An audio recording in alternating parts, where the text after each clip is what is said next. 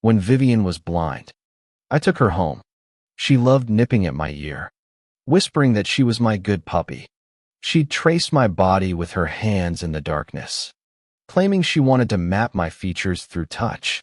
Later, when her sight returned, she turned out to be the missing heiress of the foster family with an existing fiancé. Before she could see my face, I left a death certificate and disappeared.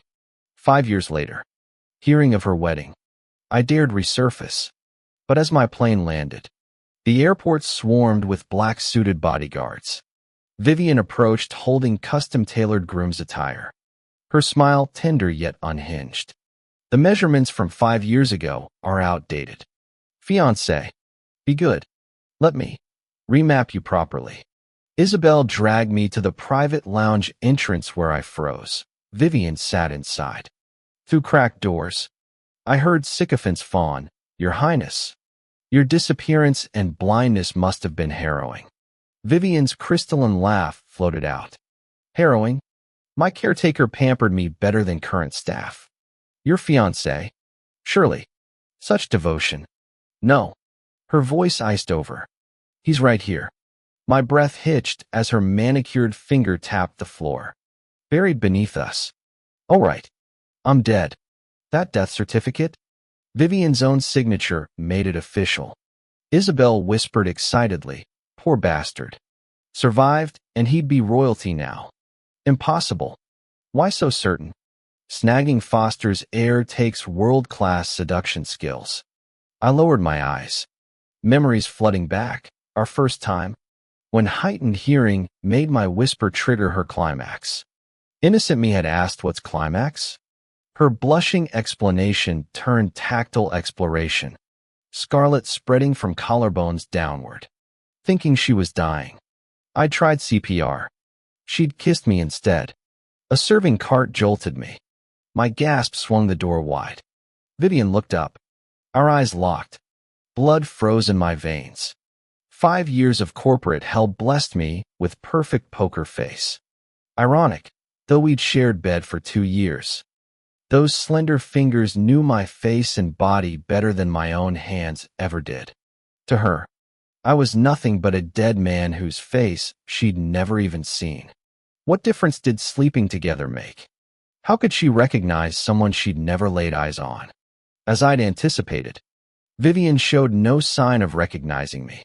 When our wine glasses clinked, her gaze sparkled with cold detachment. The moment it landed on me, my nerves inexplicably buzzed with tension just like the first time I'd seen her. It had been a stormy night crackling with lightning. I'd just lost my mother forever at the hospital. Stumbling home through tears, I tripped over something in a dark alley. There sat Vivian, drenched and slumped against the brick wall, breathing shallowly, under the flickering streetlight. Her face was marred with cuts, yet breathtakingly beautiful. Those almond-shaped eyes glistened with blood and defensive fury. I wanted to run. Then I remembered Mom, how she'd suffered in that hospital bed. If only someone had helped her before I knew it. I was carrying Vivian back to my shabby rental apartment, spending every last dime to nurse her back to health. Back then, I was too young and poor to recognize the astronomical cost of her designer clothes, mistakenly thinking her another homeless soul. I even fantasized Mom's spirit had sent her to keep me company. For a while, I believed I'd gained a new family. Evan, my agent Isabel pinched the back of my hand. Why are you smiling? I snapped back to reality, the grin freezing on my face. Isabel narrowed her eyes. Don't tell me you're falling for Vivian. That ice queen chews up and spits out men for breakfast. Word is her fiancé Lucas East Coast elite. Childhood sweetheart has her heart locked down tight. Don't even think about offending her. I almost laughed. Oh, I'd done far worse. When I'd left Vivian, I'd tied her to that $100 IKEA bed, rode her hard for 3 hours, told her I'd only kept her around for company. And now some sugar mama wanted to spoil me. Her face had flushed crimson as she screamed hoarsely, Evan, when I catch you, I'll ride you until you beg for mercy. For that coddled heiress. Even blindness would have been less humiliating. But I was already dead thanks to her precious fiancé. Tonight's toast would be our last interaction anyway. Slipping into the hotel garden for air, I froze. A slender figure stood by the rose bushes, pale fingers holding a slim cigarette. Vivian. She turned. Before I could strategize, she suddenly called, "Reborn." My blood turned to ice. Reborn? She knew? Panic surged, I a nearly blurted confession. Then a furry missile crashed into my legs. The stray mutt I'd half-heartedly named during my indecisive phase wriggled ecstatically at my feet, tail whipping through the night air. Vivian actually adopted it? Even named it Reborn. Reborn what? Was my fake death being reborn? I shuddered involuntarily. If she found out I wasn't dead, that I'd deceived her, the consequences would be unthinkable. Reborn. Behave. Vivian stubbed out her cigarette, smiling as she beckoned the puppy. But the dog kept leaping around my feet, overjoyed after our long separation. It seems my dog adores you. Vivian's gaze settled on my face, calm yet penetrating. I forced composure, grateful the circling dog masked my nervous trembling. My apologies. Vivian. Must be the steak sauce on my clothes. I should take my leave. Before I could move, Vivian murmured, "Being a dog isn't so bad." I froze. Your meaning? Obedience earns rewards. Good dogs want for nothing. Her words sliced through me. During our most intimate moments, she'd whisper against my neck, "I'm Evan's good girl." My throat tightened. With respect, Vivian, I'm hardly qualified to discuss canine behavior. The awkward silence thickened. As I turned to leave, her sudden question pinned me. Would you abandon a loyal dog? I don't keep pets. Why? I've lost enough. My voice hardened. My mother. You. That stray pup I loved. Weaknesses get left behind. Reborn chose that moment to leap at me again. Stumbling backward, I felt familiar arms catch me, her citrus perfume enveloping me as it had during countless embraces. Are you ill? Her breath warmed my ear. That same tender concern she'd lavished during our 2 stolen years. The years when I'd foolishly believed our love could last lifetimes. Vivian. A cultured voice shattered the moment. My spine stiffened at Lucas's approach. Her childhood friend turned fiancé. Memory flooded back, Italian leather shoes crunching on my cracked linoleum. His opening salvo still ringing in my ears. You kept Vivian in this hovel for 2 years? Remarkable what she'll endure for our future. I've never been the fragile type. Yet when faced with Lucas Harrison's imposing presence, I couldn't even muster a rebuttal. For the first time, poverty made me shed tears of inferiority. But not anymore. My soul was no longer destitute. I quickly pushed Vivian away and steadied myself. Lucas approached from behind, his pupils momentarily shaking when he saw my face. The tremor vanished within seconds. Clearly, he was better at this game than me. You're the new singer Isabel signed, right? Lucas asked with practiced ease. When I nodded, he turned to Vivian with mock concern. Shouldn't you mind your fiancé's feelings when hugging other men? Fiancé. Vivian repeated the word, her lush eyelashes quivering. But those liquid eyes burned into me like molten lava. The dog startled me earlier. Thanks for catching me. Your Highness. I kept my tone flat. Turning to leave, Vivian's stilettos clicked as she blocked my path, producing a wedding invitation from her pocket. You'll attend my wedding next month. Her crystal-clear voice brooked no argument. Lucas chuckled. Sealing the invitations until the big day? How will anyone know the bride and groom's names? I carelessly accepted the gilded envelope.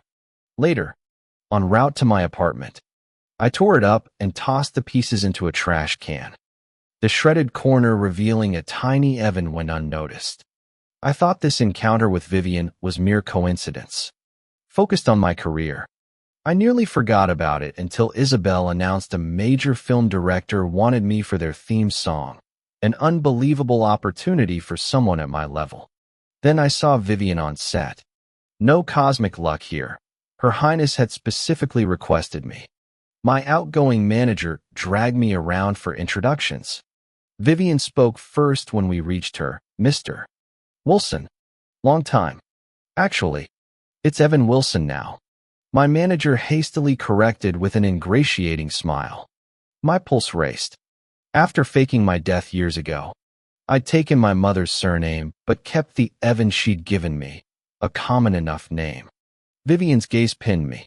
My mistake. I knew someone with that name once, but he went by Len. I remained silent, pretending social awkwardness. My manager glared at my lack of charm. I pretended not to notice. When lunch arrived, fruit salads for everyone, the tension hung thicker than ranch dressing. The box handed to me contained mango. I'm allergic to mangoes, something Vivian knew all too well. But if I refused now, she'd grow even more suspicious. My allergic reactions weren't severe, just some rashes at worst, easily managed with loratadine. Compared to the potential disaster of being exposed, this seemed trivial. I unwrapped the fruit salad and was about to put a mango chunk in my mouth when Vivian suddenly snatched the fork from my hand. Her movements carried the willful arrogance of a young lady from a wealthy family. As if irritated by something, the mango dropped onto the table. My agent, Isabel, froze. Ms. Foster. Vivian took away the entire salad bowl before me. I heard her instructing her assistant while walking away. I'll eat this. Get him hot rice dishes instead. Soon, the assistant brought 8 exquisite courses and soup from Fortune Mansion, a meal easily costing over $10,000. Isabel gaped, whispering to me, Evan, did you secretly charm Vivian behind my back? I thought you said she's indifferent to men. But the way she looks at you, it's like you're the only person in the entire venue that matters to her. My grip tightened on the chopsticks. The only one that matters? Maybe my past deception wasn't completely ridiculous after all. Even shrewd career women like Isabel got fooled. When I first found Vivian homeless, she was blind and badly injured. My patched clothes testified to my poverty. Yet I hesitated to send her to shelters. She seemed to sense my intention. As I moved toward the door, her wounded hand clutched my shirt hem. Don't make me leave. Her unseeing eyes stared intensely in my direction. Those sightless orbs dazzling like sunbursts that could effortlessly captivate anyone. My heart instantly softened. When I asked about her family, she claimed complete amnesia, with healing scars on her delicate face. She resembled a homeless puppy. I assumed she'd been cruelly abandoned. I took 3 jobs to fund her treatments. Every night, I returned exhausted. Vivian would embrace me, warming my hands and feet with hers. You work too hard. Evan, when my sight returns, I'll give you the most luxurious life. You'll never struggle again. I'm sorry for burdening you. Just wait a little longer.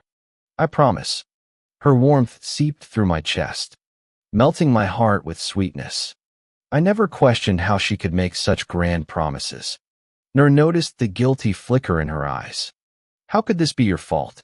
As a man, providing is my duty. I'd murmur plans while she clung to me.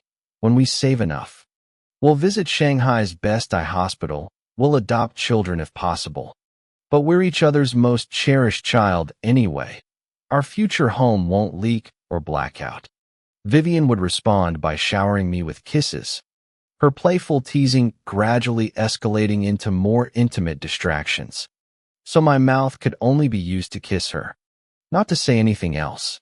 Looking back, perhaps Vivian didn't want to hear me speak. After all, those rose-tinted dreams of mine represented ordinary life to her. And she was the heiress who'd grown up with a platinum spoon in the capital. The luxury she saw and the comfort I perceived existed in entirely separate universes.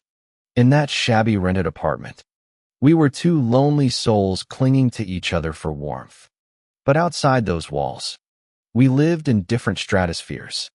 During a recording break, Lucas arrived, the crown prince of the capital's elite circles. Vivian's childhood friend, commanding every gaze. After distributing afternoon snacks, he personally handed Vivian the chestnut cake he'd baked. "What brings you to our theme song recording today?" someone asked. "You seemed completely engrossed earlier."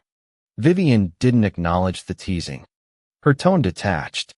"I needed to meet someone important." The room erupted in playful ooze. Lucas wore an indulgent smile. A bold staffer ventured. "Your Highness, is the Harrison-Foster union really happening next month?" Vivian's voice shifted from cool to solemn. "Yes, at our wedding ceremony. I'll publicly declare my love." I slipped out to the terrace, my mind fogged by carb overload from that lavish 8-course lunch. As I turned to leave after clearing my head, muffled voices drifted from the service entrance. "Viv, does that Evans voice remind you of him?" Lucas pressed. "Yes, but he's been dead 5 years. You told me to pay him off back then." The idiot took the money without hesitation, clearly cared more about cash than you. They'd misunderstood. At 19, I hadn't possessed the wisdom to prioritize money over love. My swift acceptance stemmed from 2 revelations. Weeks before Lucas's offer, I'd stumbled upon Vivian embracing him in our courtyard, her eyes sharp and clear. No trace of the blindness she'd claimed. Crouched in a filthy alley, I'd sobbed until my ribs ached, then returned home to play the fool. When Lucas later arrived with bank statements and compromising photos, even this pushover reached his limit. My mother always said never invest in secondhand goods. So I took the money after one final 3-hour ride between the sheets. My only regret? Not negotiating a higher payout. A week passed after the photo shoot with no contact. Perhaps Lucas had convinced Vivian to stop probing. Or maybe she'd finally accepted that the dead should stay buried. That night, I was packing my luggage to leave the capital when my agent Isabel scrolled through her WeChat moments. "Hey," she exclaimed. "My friend says the Foster family's lost their dog. They've been searching for days without luck. A stray mutt went missing?" My hands froze. When I'd faked my death to escape, I couldn't take the stray with me. I'd entrusted it to the grilled chicken vendors at the alley entrance, figuring it could scavenge bones and meat scraps from their shop. Now that Vivian had bought a new dog, they'd probably stopped looking for the old one. Isabel's words made me frantic. Clearly, that scumbag woman Vivian wasn't searching anymore. Hailing a night cab through the rain, I rushed to my old tenement. As expected, the door hung open. I shook rainwater from my umbrella and dashed inside. "Reborn, I knew you'd be here." The lights snapped on. No dog in sight. Instead, an incongruously elegant figure sat at the rickety plastic table, a lit cigarette between her fingers. When she looked up, her eyes burned brighter than the ember. "Evan," she rasped. "You came back." Vivian Foster. The leash around her ankle confirmed Reborn's presence and my entrapment. Still, I tried bluffing. "MS. Foster, what did you call me?" Her gaze never wavered. That night, Reborn acted so affectionate with you. He never approaches strangers. The wedding invitation I sent you? Torn up in the trash. If we were truly strangers, you'd have attended. Great for networking. When I had you record that song, your voice gave you away instantly. And those mangoes? You hesitated before eating them for show. That 8-course dinner? You picked out every cilantro sprig and mushroom slice. She rose, stiletto heels clicking like gunshots. Most importantly, "Evan, do you think I wouldn't recognize the body I've touched 1,000 times?" I dropped the act. "Fine. I'm Evan. What do you want?" "MS. Foster, you think you can ride a woman and just run away?" She closed the distance, fury radiating from every step. I braced for a slap after how I'd wrecked her that night, leaving her thighs trembling for weeks. She deserved retaliation. Instead, warm fingertips brushed my jawline. "You look exactly how I imagined," she murmured, tracing my features. "All these years, I've sketched your face in my mind 1,000,000 times. So handsome. Her breath hitched. The most beautiful man I've ever seen. I didn't flinch. Having fun playing rich girl. MS. Foster. Reliving your poverty tourism romance now that you've clawed back your fortune and power? Her hand stilled. Evan. Princess Vivian. I cut her off. Does slumming it with gutter trash amuse you this much?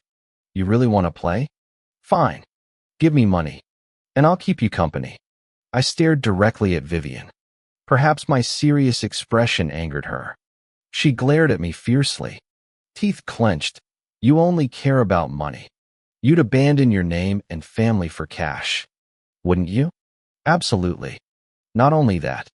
After taking $3 million back then, I should have faked my death and disappeared. Looking back, I was such a fool. You're the princess of the Foster family. Saving your life should have been worth $30 million at least. Vivian suddenly scooped me up. Standing on her tiptoes, she sealed my lips with hers. Her fingers tugged at the sash of her evening gown, using the silken belt to bind my wrists with willful determination. Those crimson lips trailed down to my collarbone. Unable to escape, I stopped resisting. Wanna fuck? Bring it on. Why should I care? I've already slept with you when you were blind. Now that you're this untouchable princess, wouldn't I be getting the better deal? My words visibly shook Vivian. She pushed against my chest, attempting to pin me to the $15 cot, then abruptly changing course. She dragged me by the arm outside. The Foster heiress brought me to a suburban mansion, yanking me from the car. She knelt to replace my shoes with plush house slippers at the entrance. Immediately rising, she looped her arms around my neck, forcing my head down for another bruising kiss. As her teeth grazed my throat, I taunted, "Why not the rental unit?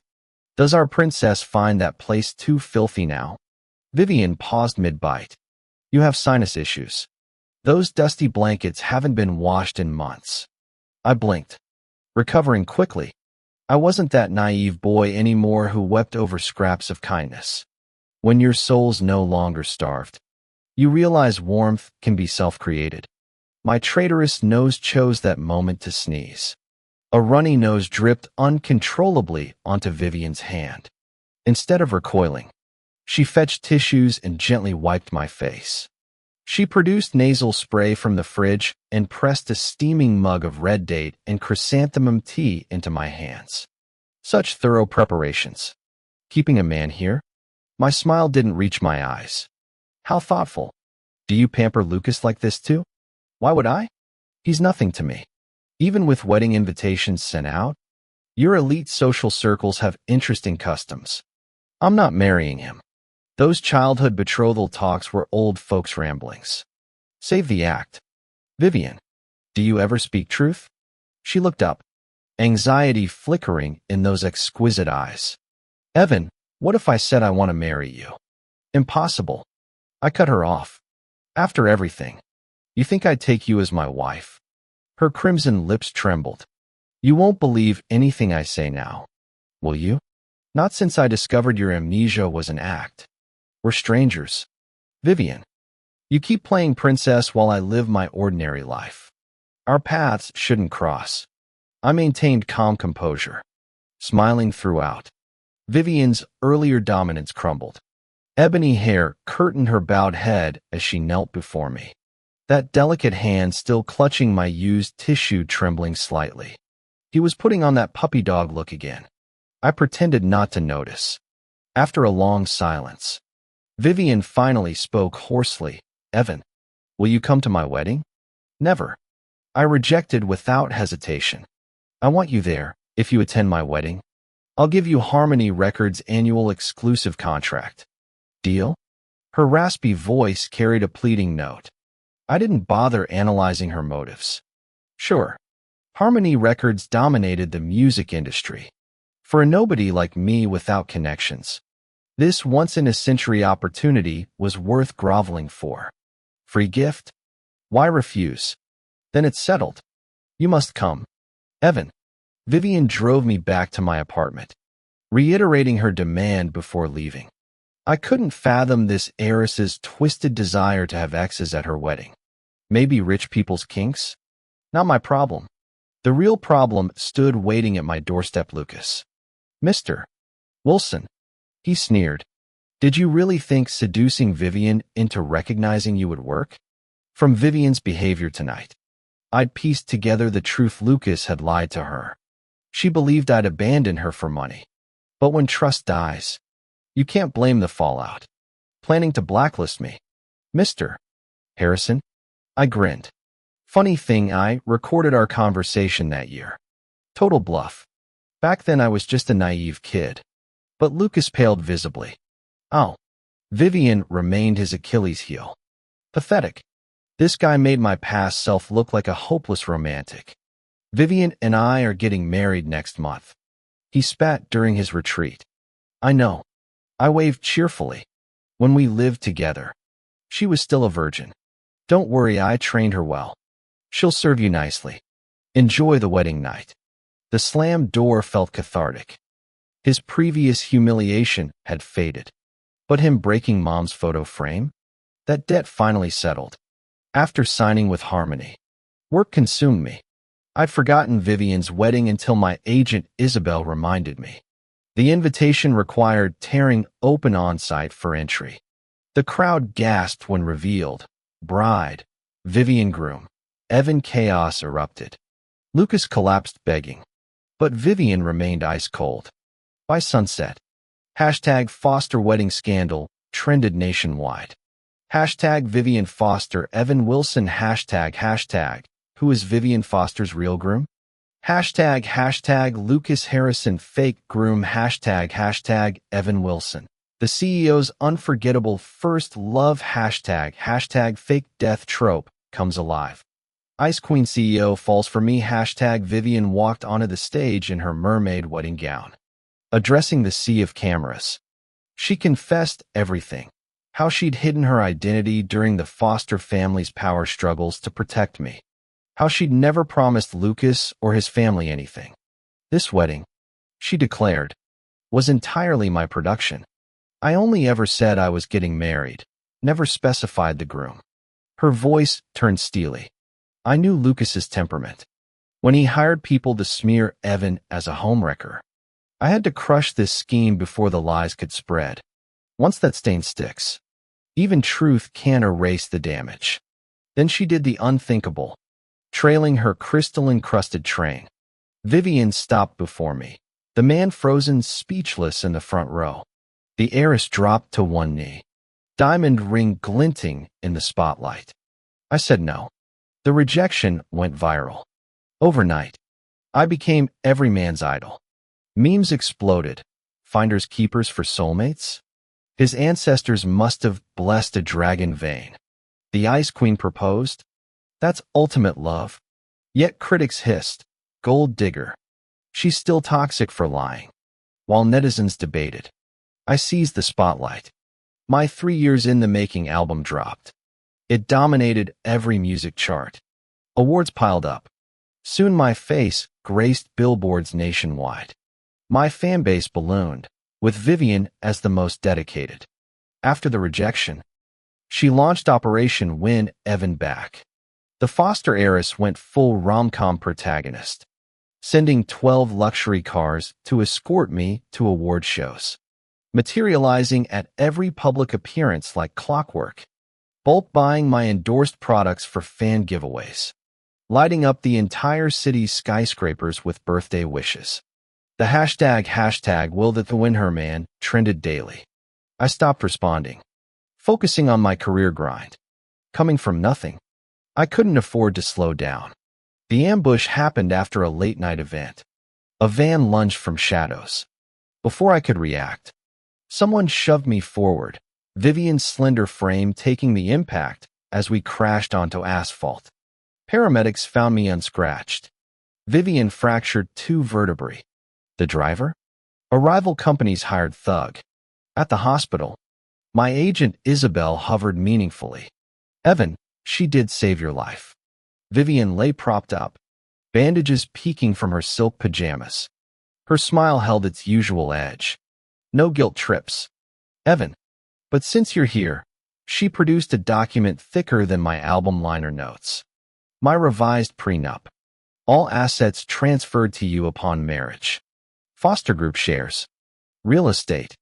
Offshore accounts. Vivian, hear me out. This isn't about trust. Her fingers brushed mine, warm and uncharacteristically trembling. It's insurance. So you'll always know, I'm all in. However long it takes. The monitor beeped loudly. Somewhere, a nurse dropped a tray. Vivian, the woman who'd stared down boardroom coups without blinking, held her breath waiting for my answer. I didn't respond, staring at the key in my hand. This key had fallen from Vivian's coat pocket when she'd lunged at me earlier. It was the key to my old earthen house in southern Sichuan. After Mom died, unable to afford a burial plot in the capital, I'd taken her ashes back to our ancestral home. In my haste to fake my death and disappear, I'd forgotten this key. How did Vivian have it? I booked the next flight to Sichuan. Standing before the weathered door of my childhood home, I turned the key. Instead of musty air, freshness greeted me. The interior gleamed spotless. Mom's portrait hung centered above the rosewood altar, surrounded by fresh offerings. Kneeling on the rush cushion, I noticed stacks of envelopes by the incense burner. The oldest one bore a date from 5 years ago, precisely when Vivian had regained her vision but kept it secret. Dearest husband Evan, when you read this, I'll have temporarily left our home. Remember, we exchanged vows before Mom's spirit, became true husband and wife in these very rooms. You'll always be my only love. First, let me reintroduce myself properly. Vivian Foster, eldest daughter of the Foster family, heir to Fertem Group, 5 feet 6.5 inches. Measurements, ID number. The deception when we met was unavoidable. Please read carefully. Before I could finish, Granny Zhang from next door called out, Evan, that you? Her wrinkled face split into a grin. Where's your wife? Got kids yet? Boy or girl? Wife? I'm not married. Don't lie to this old bones. Your missus comes every festival. Qingming, Zhongyuan, even Dragon Boat. Brings offerings for your mama and gifts for the whole village. Says we must have helped raise you proper. My throat tightened. Vivian had been tending Mom's grave all these years. Fine woman. That one. Granny jabbed a bony finger at the village entrance. Rich city girl. Yet scrubbed your dirt floor house herself. Last winter I caught her sobbing over sweet potatoes. Calling your name. When Widow Wong said you were dead. Kicked the rotten fence so hard her designer heel snapped. Had the whole village's fences replaced next week. Steel gates. No less. Made us swear not to tell. She clucked. Silly girl. Money can't buy sense. Carrying the letters. I flew back to the capital that night. Rain-soaked. I found Vivian in her hospital suite sipping congee. The bowl shattered when she saw me. Your hands are ice. Her bandaged arm hung in a sling as she reached for me. Behind her, the secretary hissed. Princess, your stitches. I caught her before she tripped over the force-stand. Her eyes drank me in like parched earth welcoming rain. When the secretary tried intervening, Vivian subtly kicked her shin. Where have you been? She pressed closer. Hospital gown slipping to reveal fresh bruises. I had soup sent to your room for 2 days. I smiled, brushing leaves from her hair. With all your spies. Shouldn't you know? Vivian pouted her crimson lips and fell silent. Here we go again. That act of hers. Like a spoiled puppy. Evan, I went back to my hometown in Southern Rivers. I took out the letters. I only read a few lines. For the rest, I need to hear it directly from you. I'll ask. You answer. Okay. She responded decisively. I'll tell you everything, including my bank card passwords. I have over 100 cards, all with your birthday as the pin. From Vivian's answers, I finally pieced together the complete truth of what happened years ago, when I found her in that alley. She had just survived a severe car accident orchestrated by her father's illegitimate son, her half-brother. The bastard had hired hitmen from Harbor City to eliminate her. During her first week at my place, Vivian indeed suffered memory lapses, drifting between lucidity and confusion. That's why she couldn't answer when I asked about her family. After about 2 weeks of recovery, her mind finally cleared completely, but she kept her identity secret, not wanting to drag me into the foster family's viper nest. Even I, who often overheard neighborhood gossip, knew about the vicious succession battle raging within the foster empire. When the family patriarch died, leaving control to his cherished eldest daughter, the illegitimate heirs revolted, refusing to accept a woman's leadership. Her father openly moved his mistress into the ancestral home. Her mother was sidelined, and Vivian herself became a hunted exile. She feared her vengeful half-brothers would target me if they discovered our connection. For 5 years, she bided her time, gathering strength for her counterattack. Many times I wanted to tell you, she confessed, but I feared making you live in constant dread like me. I also worried you might think my world too dangerous and leave. Her voice wavered. By the 3rd year, my trusted aide had located me, but I ordered him to protect us in secret. If my brothers had found us, I pressed my lips together, then asked the question burning in my heart.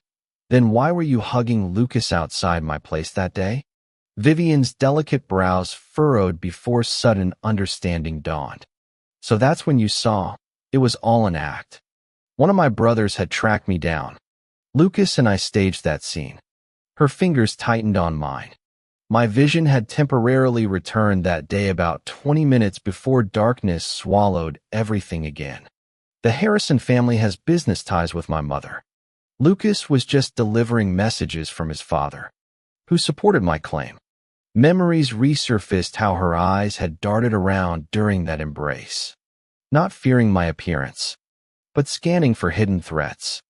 The family needed me to chair an emergency meeting to stabilize the situation. I left in haste, not daring to return. Wrote these letters planning to mail them once things settled. Her voice broke. I told Lucas to give you money and pretend I'd cast you aside. Wanted my brothers to think you were disposable. Never imagined he'd secretly increase the payout. Photoshop those bed photos, or that you'd actually take the money and leave. A tear traced her cheek. When you said you'd found a wealthy patron, do you know how that gutted me? Every rage-filled night, I'd pray your sugar mama had smaller coffers than mine, that eventually you'd come back. Her luminous eyes held mine, brimming with remorse. I'm not blaming Lucas. Evan, this is all my fault. I should have explained sooner. Now I understand love means facing storms together, not playing martyr with good intentions. Her trembling hand cupped my face. Evan, I love you. Could you give us another chance? I didn't answer Vivian's final question. After all the misunderstandings from the past were cleared up, I realized we both had our faults. My mistake was being too cowardly to seek clarity, while hers was arrogance in failing to understand what it meant to truly love someone. Love should mean sharing burdens together, big or small. Those 5 years we spent apart weren't anyone else's fault. We simply didn't know how to love each other properly. A month later, Vivian was discharged from the hospital. I posted on Twitter that I'd met someone special and was waiting for the right moment to confess my feelings. She never asked who it was. Instead, she texted, if she treats you poorly, tell me. I'll have someone teach her a lesson. Classic Vivian, still every bit the imperious princess. I called her back, got some gossip for you. Remember that cringeworthy stunt you pulled at the wedding? Lucas's reputation never recovered. He left the country the next month. I know, she said flatly. The Fosters cut all ties with the Harrisons. No future business dealings. As for Lucas, if you want him to suffer more. I laughed. No need. He's moved on. Apologized yesterday. Actually, said he eloped overseas. Has twin boys now. and asked when I'd finally make things official with you. And what did you say? Didn't you see my tweet? I'm seeing someone. Oh, what about you? Met any new men lately? Too busy. Vivian abruptly changed the subject. You're on set, right? Did you eat breakfast? Isabel must have prepared something. You prepared it, didn't you? Silence. I could picture her puppy dog expression. No. Scratch that. More like a stubborn, spoiled terrier trying to act demure. I'd told her countless times to stop fussing over me. She'd nod obediently, only to show up the next day with another carefully packed meal. When confronted, she'd pout. How did such an infuriating woman become so nurturing? By the way, Vivian, your mother reached out to me last week. What? What did she say? Relax. I'll handle. She said you're not getting any younger. That delaying marriage and children risks your health. And asked if I had intentions. So you? I'm in love. At next month's concert. I'll propose publicly. You'll be there? Right. Vivian? Can't. Business trip to America. Her voice dipped, breath hitching like she might dive into a river to sulk. I bit back a laugh. Shame. If the leading lady's absent, I'll have to pick someone else. A loud clatter erupted through the phone, probably Vivian dropping her device. In the background, her assistant shrieked, Princess, stop running. Your car's over here. I'll drive. You can't grip the wheel with your injured hand. And you're wearing heels. 3 years after Vivian and I married, she gave birth to our daughter. When the girl turned 5, we took her to my childhood home in southern Sichuan. We stayed in the old clay-walled house before visiting my mother's grave. Our daughter knelt dutifully to pay her respects, unaware of the tangled history buried beneath that soil. The crisp, clear voice of my daughter echoed through the mountain forest. Grandma, it's Nian. I came with Mom and Dad to see you. Mom says she'll love Dad well, so you can rest easy over there. Grandma, Dad said you used to sing beautifully too. I'm learning to sing now. Let me sing for you. I held Vivian's slender waist, gazing down at our daughter, who bore some resemblance to her mother. Profound happiness and peace filled my eyes. When our girl tired of singing, I carried her on my back while holding Vivian's hand as we strolled leisurely. The sun rose above the horizon. Sweetheart, I murmured tenderly. Vivian tilted her head, those beautiful eyes overflowing with affection. You know what? Sweetheart, I lowered my head conspiratorially toward her ear. I've loved you from the moment we met. Light ignited in Vivian's eyes, brighter than the blazing dawn. She rose on tiptoes, pressing crimson lips to mine as she enunciated each word solemnly. Husband, I love you too. I vowed long ago in my heart, only you. Had you never come, I'd have remained unmarried forever. Vivian loves Evan until death do us part. Forever and always.